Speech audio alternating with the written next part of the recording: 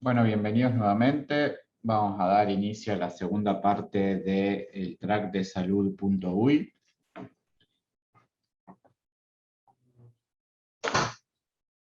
Ahí ya veo a Mauri conectado y veo también a Cecilia.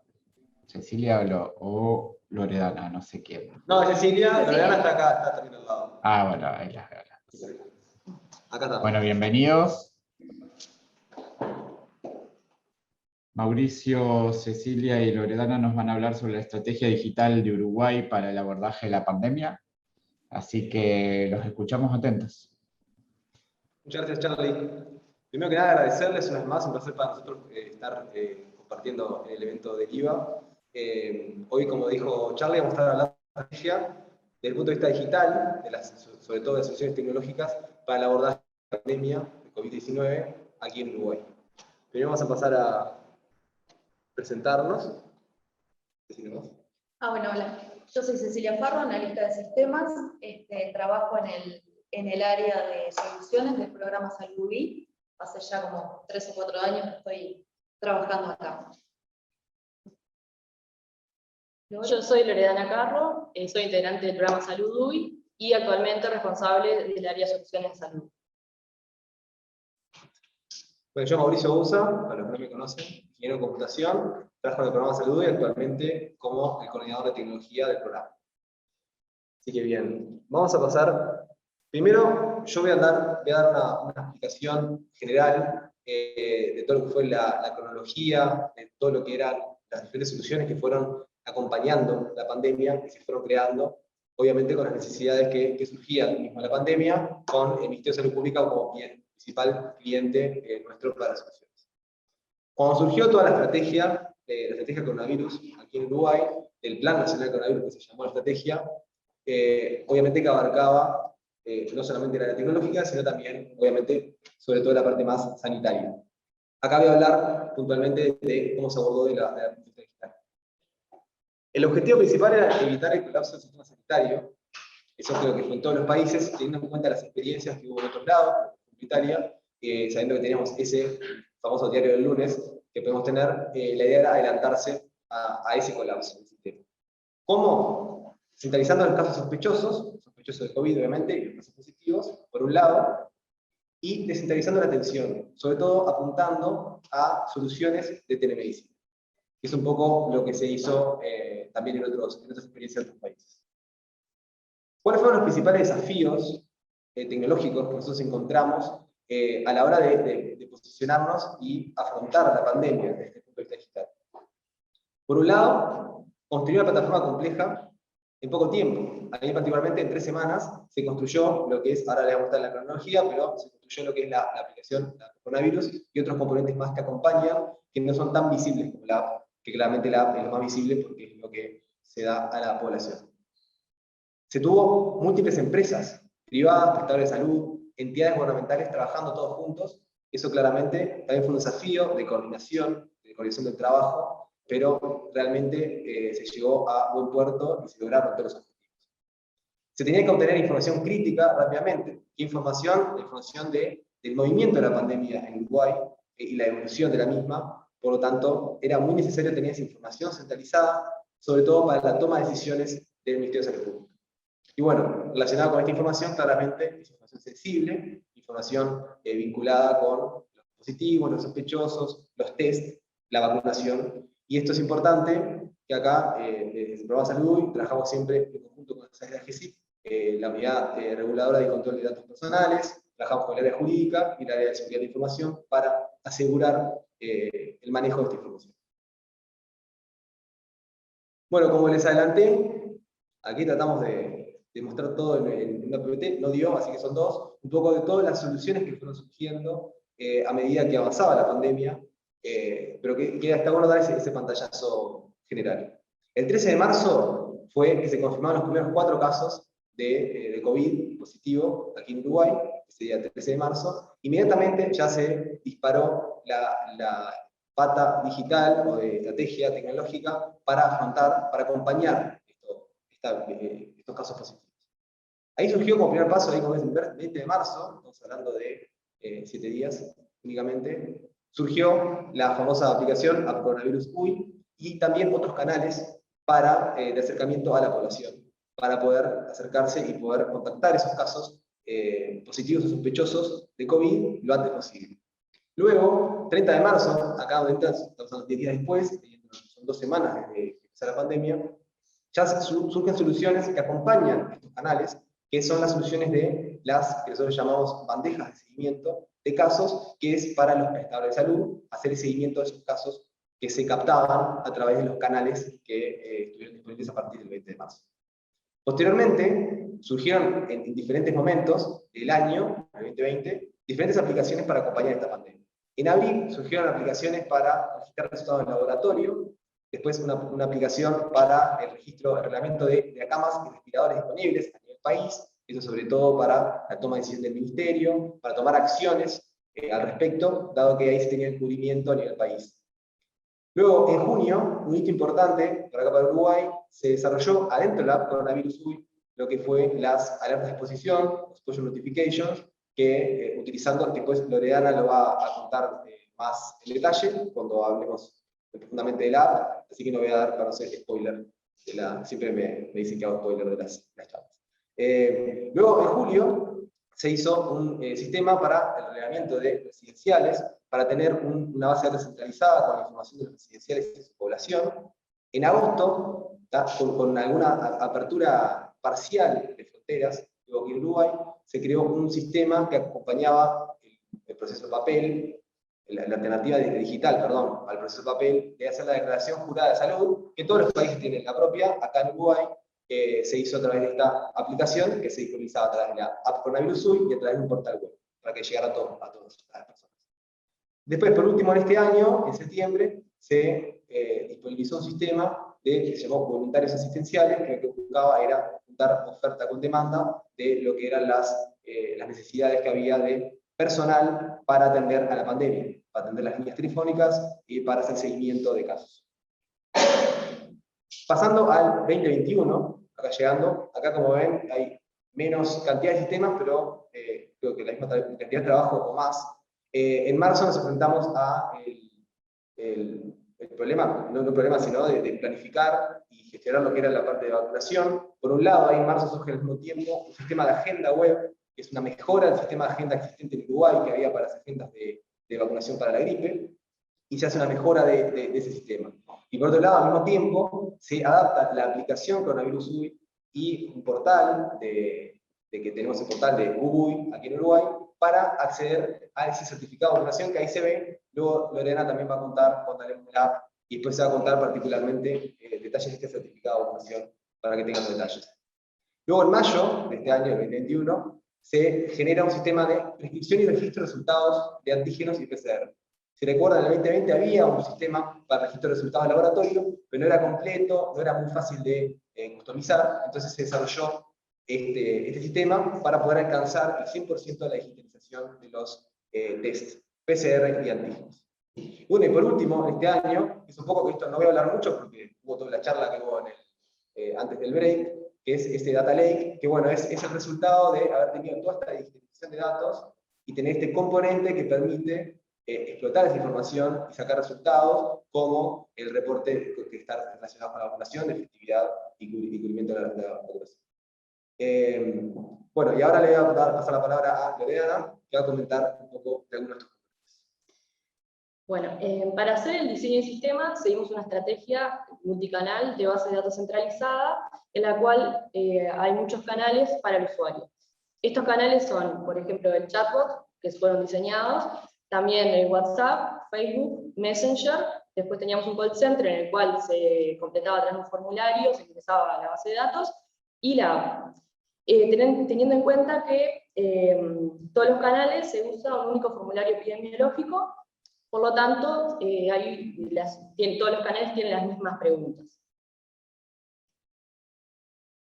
El primer sistema que vamos a explicar es el de bandeja de seguimiento, que es un sistema para el uso principalmente de los prestadores, y esto incluye dos bandejas, la bandeja de entrada y la bandeja clínica. La bandeja de entrada es un uso más administrativo, en el cual los registros vienen a través de los canales que ya explicaba anteriormente, por ejemplo, a través de del formulario.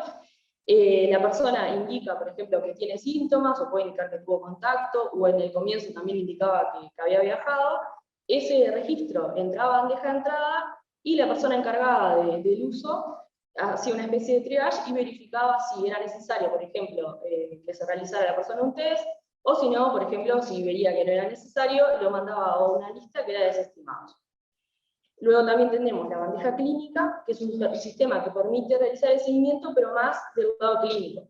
En esta bandeja hay información, por ejemplo, de las vacunas, tiene un filtro en el cual se puede filtrar por las vacunas que tiene la persona. También el riesgo, por ejemplo, cuando ingresó el registro en la bandeja, el riesgo que este tiene, el riesgo mayor sería si tiene síntomas y tuvo contacto. Y también tiene otros usos, como por ejemplo, si la persona ya cursó la enfermedad, desde este sistema podía darse de alta clínica, o sea, recuperados. Si la persona está internada, también se lo catalogaba como una persona internada, y eso pasa a otra lista.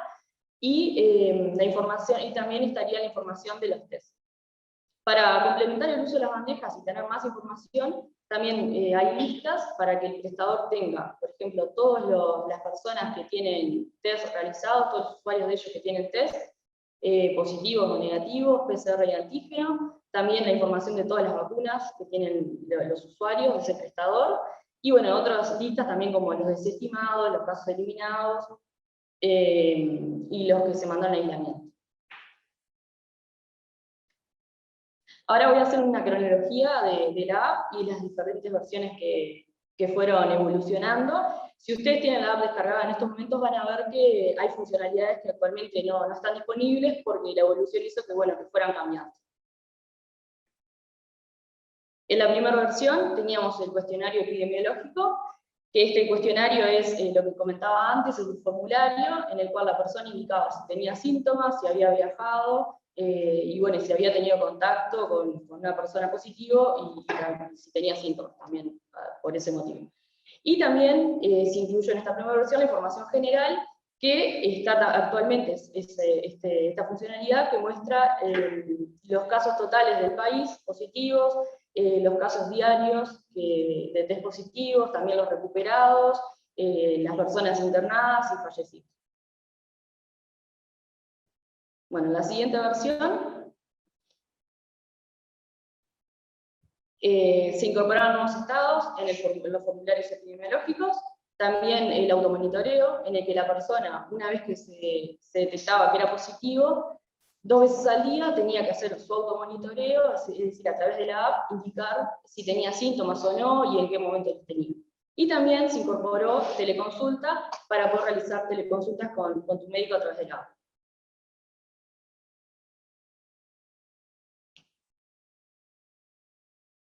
Bueno, en esta versión se incluyeron los multiusuarios, quiere decir que a través de la app podemos tener más de un usuario.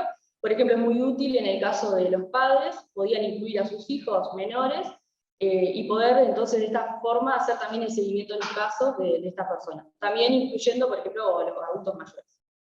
También se incluyó en esta versión las notificaciones de alerta, que en estas notificaciones se indicaba a la persona el seguimiento clínico, por ejemplo, a través de bandejas, cuando el clínico hacía un seguimiento, también esa información se le pasaba a la persona a través de la app, y actualmente también se indica las notificaciones, por ejemplo, cuando se recibe un resultado de un test.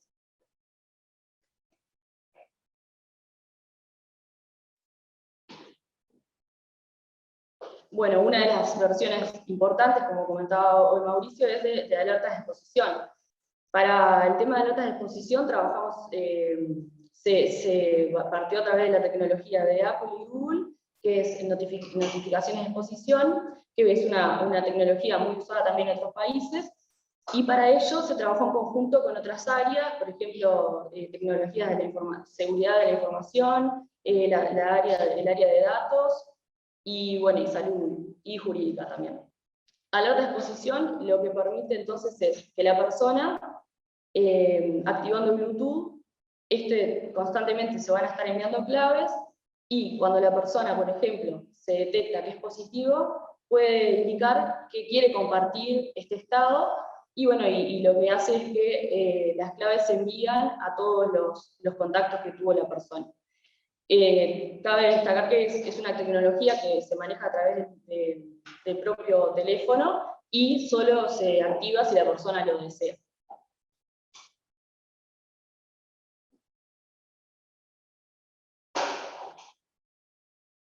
Bueno, en las últimas versiones tenemos los resultados de test en línea, o sea, automáticamente cuando se tiene un resultado de test, ya sea antígeno o PCR, bueno, positivo o negativo, esta notificación llega a la app para que la persona esté informada. Y también la información de vacunas, que esto está desde marzo, en el cual la persona puede ver las dosis que tiene, las fechas correspondientes, y también puede cargar el certificado de vacunas COVID.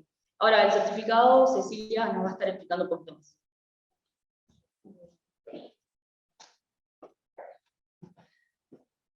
Bueno, continuando con lo que decía Lore, el certificado de vacunas COVID se puede descargar tanto desde la app como desde la web, porque bueno, para aquellas personas que no tienen instalada la app tienen que tener posibilidad de acceder a dicho certificado. La finalidad, por supuesto, era proporcionar a todas las personas un comprobante de las dosis recibidas, que fuera algo que pudiera obtener en forma fácil y rápida. En este certificado están todas las dosis que la persona va recibiendo, con su fecha y con su fabricante, y a su vez es un QR, que es un QR que tiene cierta seguridad, que no puede ser escaneado por cualquier celular o lector de QR, sino que se tomó como base un formato de Unión Europea en cuanto a lo que es la seguridad del contenido de ese QR. Bueno, uno de los sistemas que había mencionado Mauri, que se hicieron apenas surgió la pandemia, fue el de residenciales, ¿sí? Su finalidad era poder tener por primera vez un registro nacional centralizado con todos los residenciales que hay a lo largo del país, y otra finalidad muy importante fue poder ver el estado sanitario de esos residenciales, apuntando al COVID, y también poder ver, bueno, cuál es la población, no solo que vive en ese residencial, sino que trabaja en ese residencial.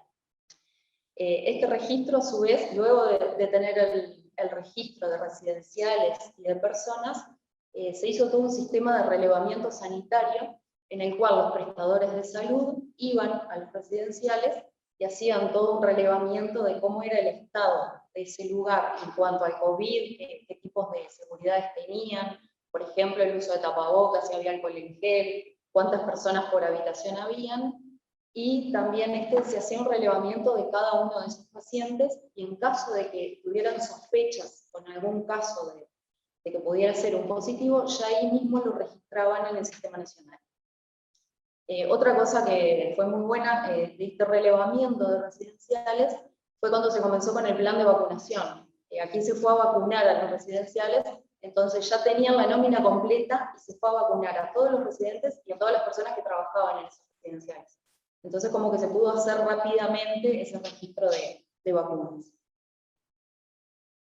Bueno, otro tema fue la declaración jurada de salud. Mauri había comentado también que cuando se abrió la frontera parcialmente, la gente que iba a ingresar al país tenía un requisito que era hacer una declaración jurada. Esa declaración jurada la hacían en papel y bueno, un poco se intentaba minimizar el registro de papel, no solo por los tiempos, sino también por el tema del contacto, ¿no? con las hojas y posibles contagios.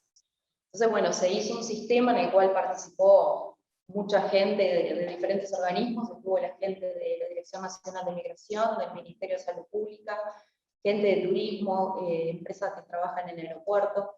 Entonces, bueno, todos aportando para poder hacer una declaración que fuera lo más completa posible, y a su vez quedara un registro nacional de toda la gente que entraba al país.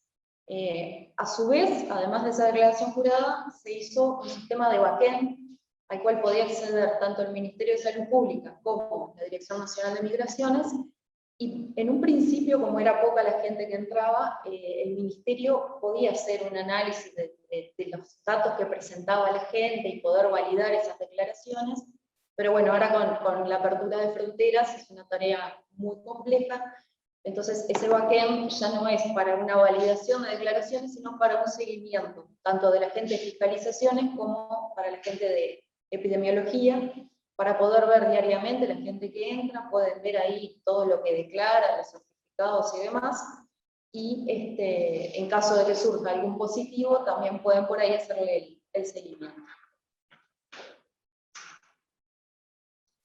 Otro sistema fue el de prescripción y registro de resultados de testeos, tanto de antígenos como de PCR.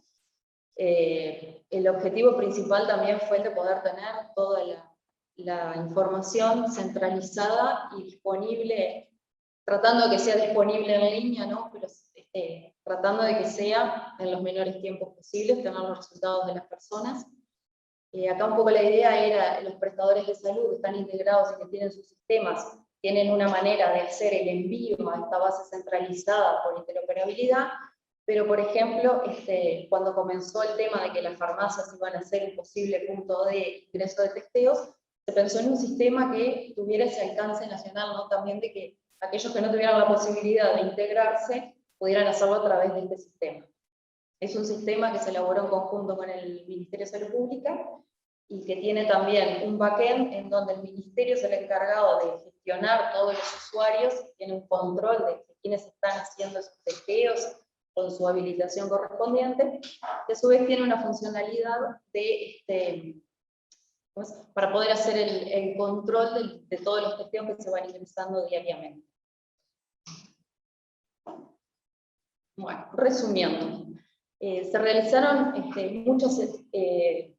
muchas soluciones tecnológicas que fueron acompañando la evolución de lo que fue la pandemia, ¿no? Como les íbamos contando, bueno, surgió la declaración jurada de salud, después surgió el tema de los testeos, y a su vez haciendo también, ¿no?, el mantenimiento de todos estos sistemas a lo largo de la pandemia.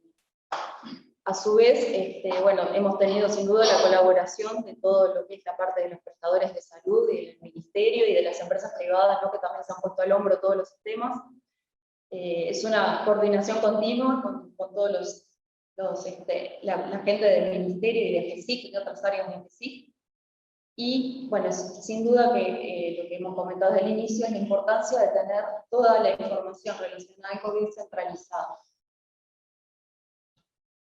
Estos mapas que comentó Mauricio hoy al principio se pueden obtener justamente porque tenemos toda la información y hemos tenido la información desde el inicio de la pandemia.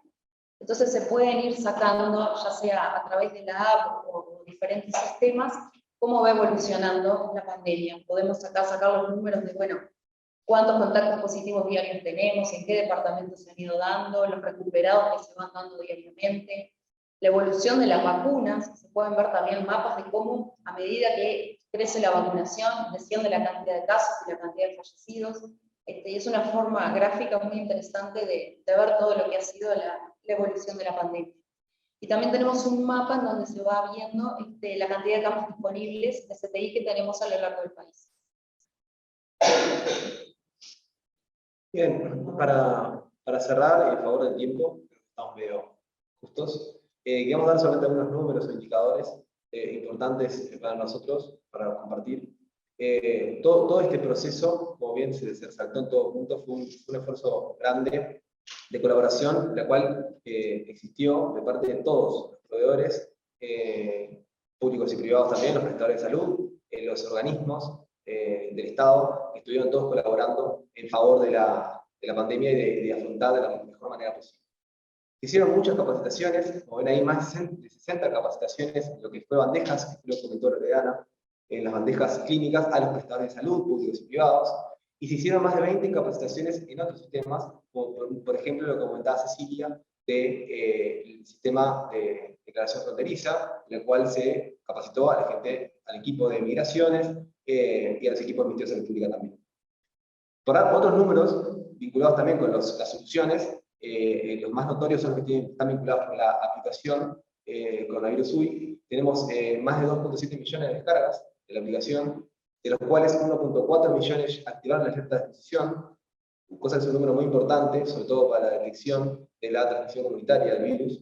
Y luego de esos se recibieron alertas e iniciaron el seguimiento de 3.000, que es un número que nos parece interesante, pues eso quiere decir que las alertas funcionaron realmente, y que funcionan y se lograron detectar casos en todo el país a través de la tecnología de las alertas de exposición. Y a su vez, eso que aparece ahí, QRs emitidos, es a todos los que tenían una alerta de exposición, se les permitía hacerse un test gratuito, test PCR, luego se pasó a hacer un test de antígeno, pero esos son la cantidad que se hizo, que están muy vinculados, por eso es muy parecido a los que reciben alertas e inician seguimiento.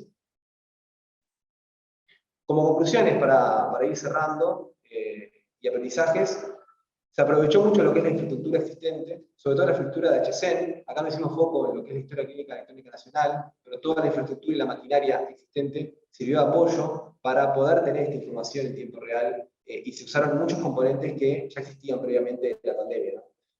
Acá en Uruguay tenemos, como contó Rosario al principio, el TRAC, tenemos un avance muy grande en lo que es la historia clínica electrónica nacional, y por eso hacemos un foco, pero sí realmente se reutilizó todo lo que ya se está utilizando, y sobre todo lo que es el canal de comunicación con los prestadores y de colaboración con los prestadores de salud. Y eso facilitó el trabajo en pandemia con ellos. Se cumplieron los objetivos establecidos desde el punto de vista fijados desde el punto de vista tecnológico, que eso es algo también que a resaltar. Se trabajó en equipo multiperfil, multiempresa, público y privado. Acá se trabajó con equipos del Ministerio de Salud Pública, epidemiólogos, registros médicos, ingenieros, desarrolladores, testers, todos los perfiles que se puedan ocurrir trabajaron en pro de lo mismo, que era adelantarse a que la pandemia no nos pase por arriba, por decirlo de una manera. Y bueno, lo importante también es que se pudo obtener información invaluable, información muy importante rápidamente, por la reutilización de esta infraestructura existente. Y bueno, ¿cómo se hizo todo eso? Teníamos, algo ya lo adelanté, que teníamos un país digitalmente fuerte, no solamente en salud, sino en general, sobre todo en empresas de desarrollo de software, los cuales pusieron a su disposición para afrontar la problemática de la pandemia.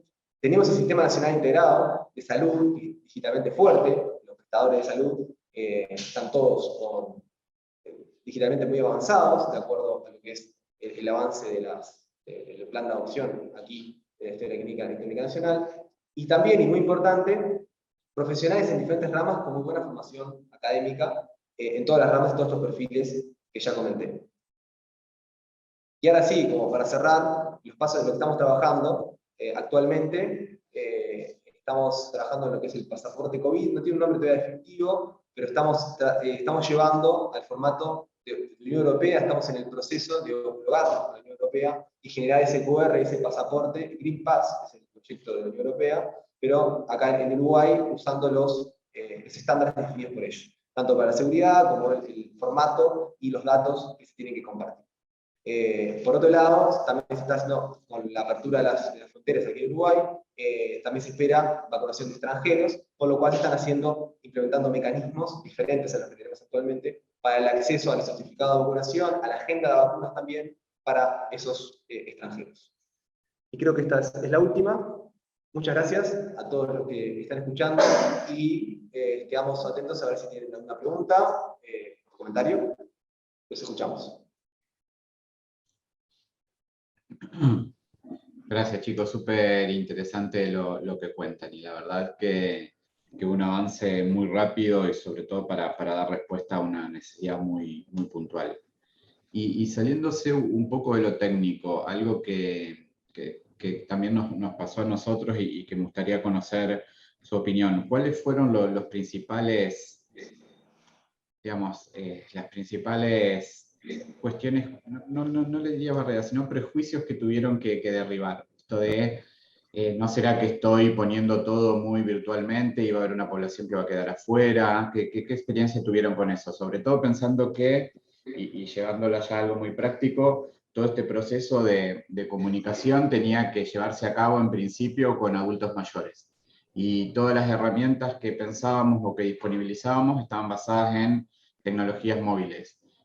¿Tuvieron este tipo de inconvenientes que descubrieron a partir de cosas que nos pasaron a nosotros, que después quiero compartir con ustedes, pero ¿qué les pasó a ustedes? Bien, para todas las soluciones que se plantearon, creo que no hay ninguna excepción, siempre se hizo un abordaje integral para llegar a toda la población, sobre todo sabiendo que a dispositivos móviles y a lo que es las aplicaciones, ¿no? La app Coronavirus UI, no todos tienen dispositivos móviles, no todos tienen dispositivos en los cuales puedan tener esta aplicación, por lo tanto siempre se mantuvieron otros canales alternativos para llegar a toda la población. Siempre se mantuvo lo que es el canal papel, siempre estuvo disponible para hacer prácticamente todas las, y telefónico obviamente también, para lo que es la comunicación con los prestadores de salud, sobre todo, y luego el resto de las cosas, por ejemplo, el acceso al certificado de vacunación, la agenda de vacunas y algunas cosas más, siempre existía la alternativa presencial, la alternativa telefónica o la alternativa papel en los casos de certificado. Y todo fue pensado así, de salud y con el Ministerio de Salud Pública, pero también trabajando en colaboración con las áreas de AGESIC, que trabajan con lo que es el portal de GUI y trabajan directamente con la población y manejan atención a la ciudadanía, es un área dentro de aquí de AGESIC, para poder llegar a todos.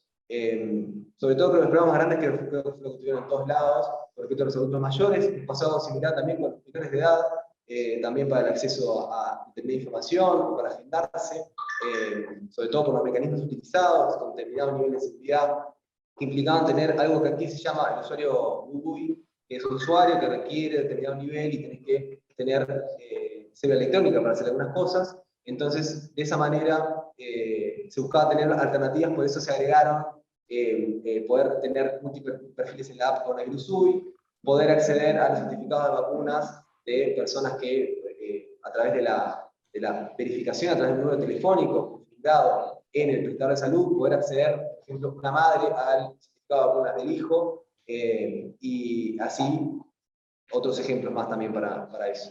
También con lo que es el acceso, lo que es la creación fronteriza, siempre se mantuvo la alternativa papel. Como decíamos, la idea era minimizarla, no eliminar papel, que es importante decirlo, pero siempre pensándolo de esa manera. No sé si ya de ahí respondí un poco la pregunta. Sí, sí, por supuesto, pero iba puntualmente a eso que respondías, digamos. O sea, si bien había que estar preparado para todos, digamos, mi idea de plantearlo como prejuicio fue porque aún así creímos que la adopción iba a ser mucho menor por parte de los adultos mayores y nos sorprendió que fue muy elevada.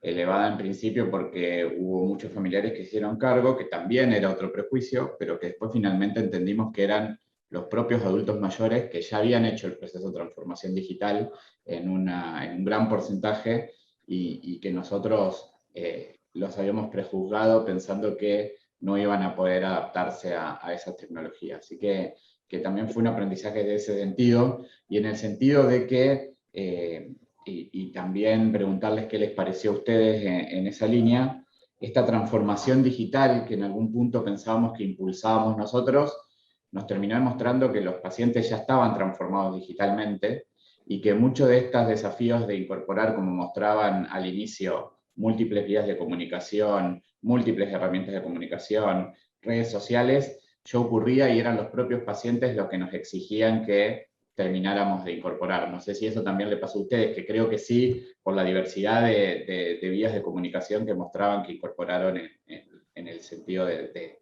las estrategias de comunicación del programa. Sí, tal cual. Esa estrategia multicanal que comentó Loredana era bien, ya se abordó de entrada pensando en esa heterogeneidad de acceso a la tecnología por un lado y también acceso a las diferentes redes que hoy se tienen y las posibilidades de acceder a eso para que haya, claramente, no puedes cumplir que el 100% accedan, pero por lo menos con esto acercás más a diferentes poblaciones. Por eso se tiró a diferentes redes sociales, como es Facebook, tenés el Messenger de Facebook, tenés WhatsApp, pero también tenías una línea telefónica para los que están acostumbrados a hablar por teléfono, tenías la app Coronavirus para los que están más acostumbrados a utilizar la aplicación. La realidad es que el número de descargas de la aplicación nos demostró que la mayoría de los que utilizan aplicaciones móviles, ya había habido un estudio acá de uso de tecnología y había dado un parámetro, pero igual no lo sabíamos hasta que estuviéramos en la cancha, ¿no? Y realmente se tuvo un número enorme de descargas que no lo esperábamos, y la gente, realmente hemos tenido reclamos relacionados con el uso, por lo tanto, el uso es real de la aplicación. Para algunas funcionalidades más que otras, pero se usa y es lo que más se usa. Pero los demás canales estaban disponibles para las personas que se sintieran más cómodos con ellos.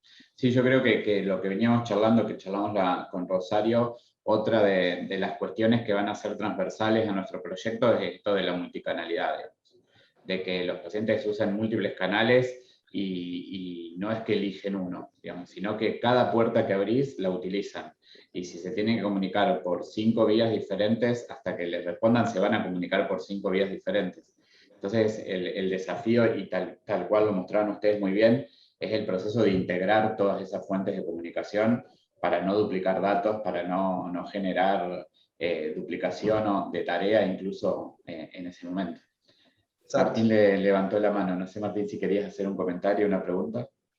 Sí, buenos días a todos. Me cuelo en el track, disculpen para agregar algo, pero creo que aporta a lo que están diciendo, porque hubo otra forma de comunicación que también se incorporó, digamos, y también para asegurar el tema de la cobertura, digamos, y que a todo el mundo le llegara la información, que fueran los SMS, digamos. O sea, dentro de toda esta planificación, como no todo el mundo tiene, por lo menos la app prendía todo el tiempo, datos todo el tiempo en la aplicación, se incorporó en parte de este flujo, por ejemplo, cada vez que recibíamos el resultado de un test o que alguien era notificado como contacto de un positivo, digamos, durante la pandemia, en ese momento automáticamente le salía un SMS a la persona si contábamos con el celular, para que en ese momento le llegara a la persona y ya supiera que era contacto de un positivo, digamos, como complemento de lo que eran las alertas de proximidad dadas por el celular, digamos. Y incluso hasta evaluamos, bueno, como en esto lo importante era cortar justamente la cadena de contagios en el momento, evaluamos, bueno, los SMS de comunicaciones, de agenda, ese tipo de cosas se mandan en horarios normales de no despertar a nadie, en este no importa, si alguien lo reportaba a las 3 de la mañana, si le mandábamos el SMS a esa hora para que tratar de evitar de que esa persona saliera de la calle, digamos, en la mañana y esparciera más, digamos. Pero fue otra estrategia que, digamos, lo que se buscó, trabajando entre todas justamente las organizaciones que comentaban hoy los chicos, es, bueno, complementarse justamente y llegar a la población por todos los medios posibles, digamos. Y se entendió que el SMS era también, por más que es tecnología que está hace muchos años, digamos, bueno, tiene una cobertura mayor y permanente. Todo el mundo que tiene un celular hoy está recibiendo SMS, digamos. Sí, de hecho, y de nuevo hablando sobre los prejuicios, y está bueno lo que traes, Martín, hay estudios, sobre todo hablando de discapacidad, digamos, que todavía siguen revitalizando el poder de la radio, de la televisión, digamos, como vías de comunicación, y que a veces las dejamos un poco de lado, porque creemos que todo pasa por Twitter, por los propios sesgos que tenemos los que trabajamos por la tecnología, pero es bueno también tener esto presente. Y tenerlo presente, sobre todo en Uruguay, tal vez no sea una problemática tan grande por el tipo de territorio, pero sí en Argentina o en otros países que tienen grandes extensiones, en donde la multiplicidad de vías de conexión tiene que estar presente. No todos tienen 4G, no todos tienen el acceso a un internet estándar básico, entonces lo tenemos que tener presente, pero creo que incluso en el interior de Uruguay también puede ocurrir que necesiten de otra tecnología para poder acceder a la información. La verdad que es súper interesante el trabajo que nos muestran y se nota el esfuerzo y la garra que le han puesto para poder avanzar. Así que felicitaciones a todo el equipo.